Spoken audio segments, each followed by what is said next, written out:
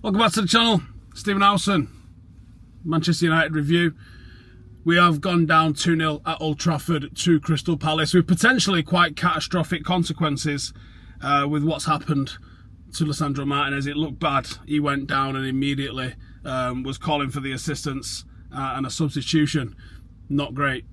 Questions are going to be asked about the manager, whether or not he made the right decision going with a strikerless 3-4-3 to start the game. I did ask about that on social, see what some of you guys were saying, and a lot of you guys, I'll get some of these comments up actually, a lot of you guys were saying, wouldn't have mattered if we played them anyway. I thought we started off the game quite well, to be honest. There was movement ahead of the ball, there was some ghosting into the box, there definitely was a lack of a focal point, but I think a lot of what everyone was saying is correct. Yes, there's a lack of a focal point, but is there really a focal point when Højlund and Xerxes play anyway? We did see both of them come on later on in the game, once we were 1-0 down, once we were trying to chase it.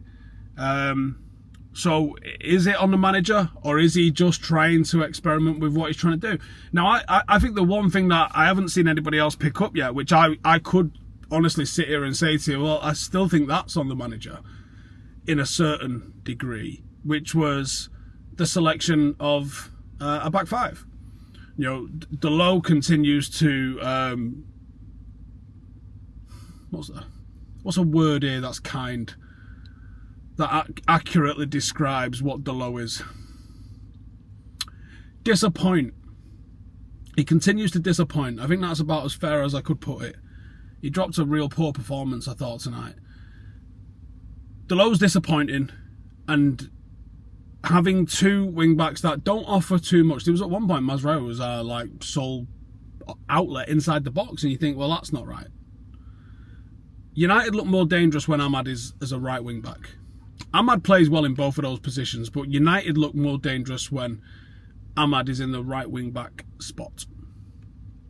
So when we play 5 defenders at home and we don't create enough chances, they beat us in terms of XG created today. I think we had 17 shots, but how many of them were you were like, oh, that was a real good effort, actually? They weren't a lot, was there? You know, you play Ugarte in midfield, yeah, you kind of need to do that, especially with the energy that Crystal Palace are going to bring in their midfield and some of the talent that they've got in their midfield. But you've got enough in the squad, in my opinion, to force them back. Christian Eriksen was creating when he came on. That's kind of what he does. Doesn't really do anything else. So why can't we play him and move Ahmad into the right wing-back position and let him do the creating in there? That gives us another outlet. Now, yes, not a focal point, but certainly another creative outlet. This United team is fucking boring, and it doesn't score goals. And I saw some comments from people saying, you said you'd be happy if the team was boring and they're winning. I did, right? I admittedly I did, right? But also, boring and winning sort of feels like it's good performances though, doesn't it? Like controlling good performances. We're not really controlling performances. We have a lot of possession, but we're not really in control of the game. Does that make sense? Every single time Crystal Palace attacked, United looked like they could concede. It wasn't a case of, in football is a natural ebb and flow, right? Every team will get opportunities against every team. You might not get loads, but you will get opportunities. Even a non-league team against the Premier League team in the FA Cup, they'll get 2 or 3 chances. Can they be clinical and cause a little bit of a ruffle with being clinical when they get one of those chances? So it's not a case of you just completely stop other teams making chances. You're always going to have opportunities in a game. But there's a threat level to the sort of chances United concede at the moment where you feel like we could concede at any moment. There isn't an assurance about us at the back. And we've said all season, if we don't keep a clean sheet, you're in trouble because you're asking that forward line, which there's not enough goals in, to somehow figure out a way to magic up some goals and go and win you the game. And you're asking them to then do that twice if you concede a goal. And it's just not in this team at the moment. I mean, I was about to say we're 12th, but we might be 13th now. Let me get the table up. I need to know where we are. And it is 13th. Tottenham are breathing down our necks. West Ham are breathing down our necks. Apart from, oh shit, Everton's goal difference is better than ours. Okay, if West Ham, Tottenham and Everton get a better result than us in the next game, we find ourselves 16th in the fucking table. There's a bit of a buffer then between the relegation battle, but we're right on the fucking brim of it. We can see the relegation battle. We're not in it. We could fucking dip a toe in it if we wanted to, though. It's not acceptable. It's fucking not acceptable.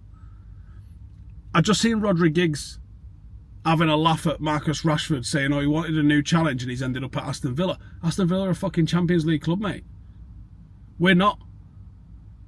Like,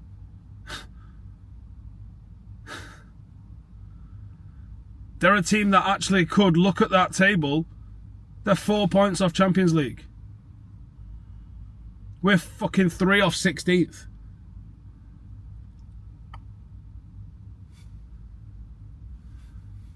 There's way more fucking chance Aston Villa get a Champions League space than Manchester United get into the top 10. We're 5 points off the top 10. Now, yes, we just got Dorgu in. Like I said, he's a decent little player. He's not going to transform this Manchester United squad into suddenly now being able to defend set plays and suddenly being able to score loads of goals.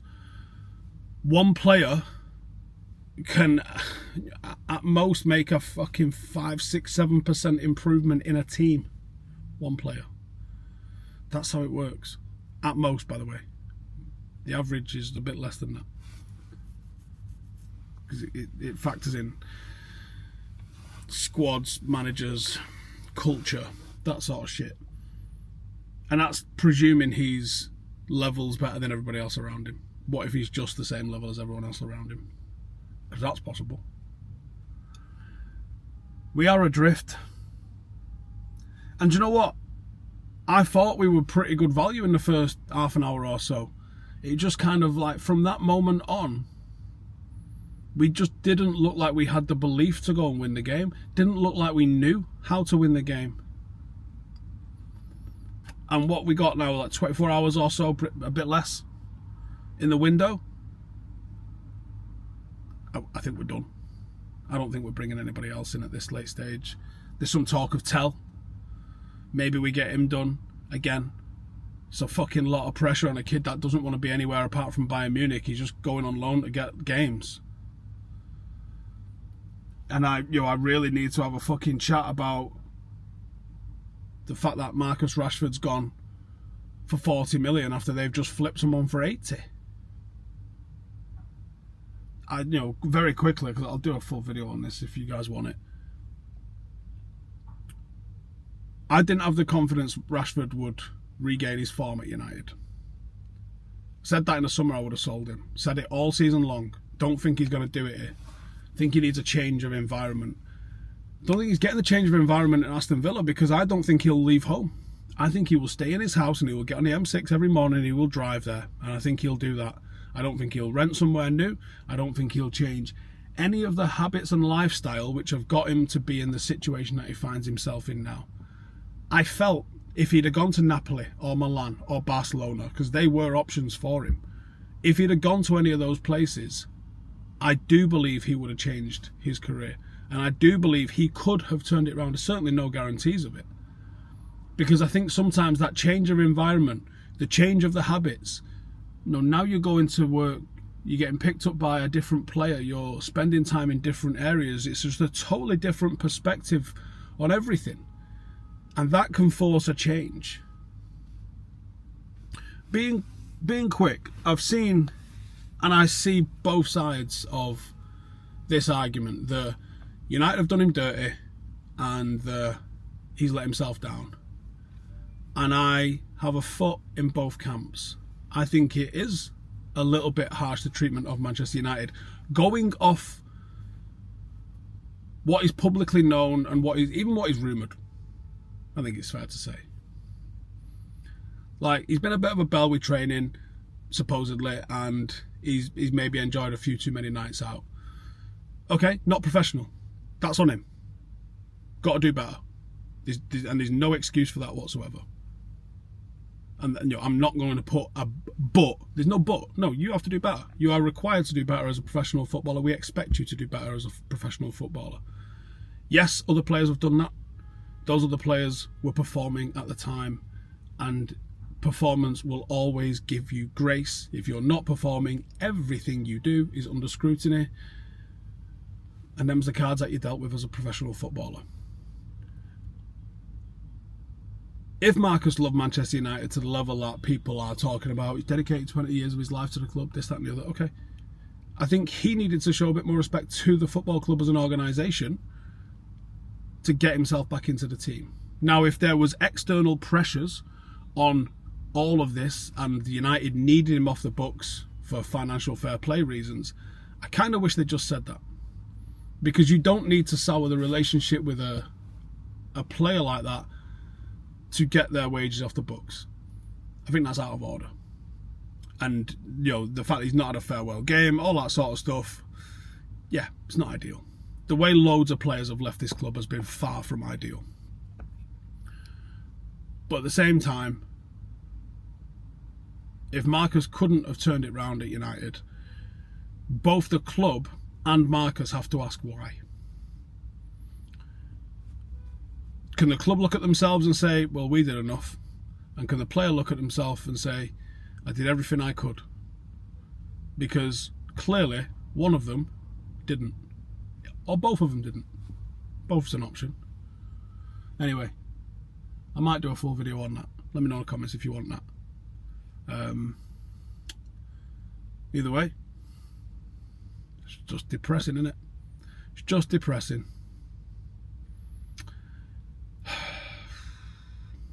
And I'm back on with Rio tomorrow. After all of the fucking big wins we've had against Arsenal and all that lot, and I'm on after a fucking loss against Crystal Palace. Fuck's sake. Laters.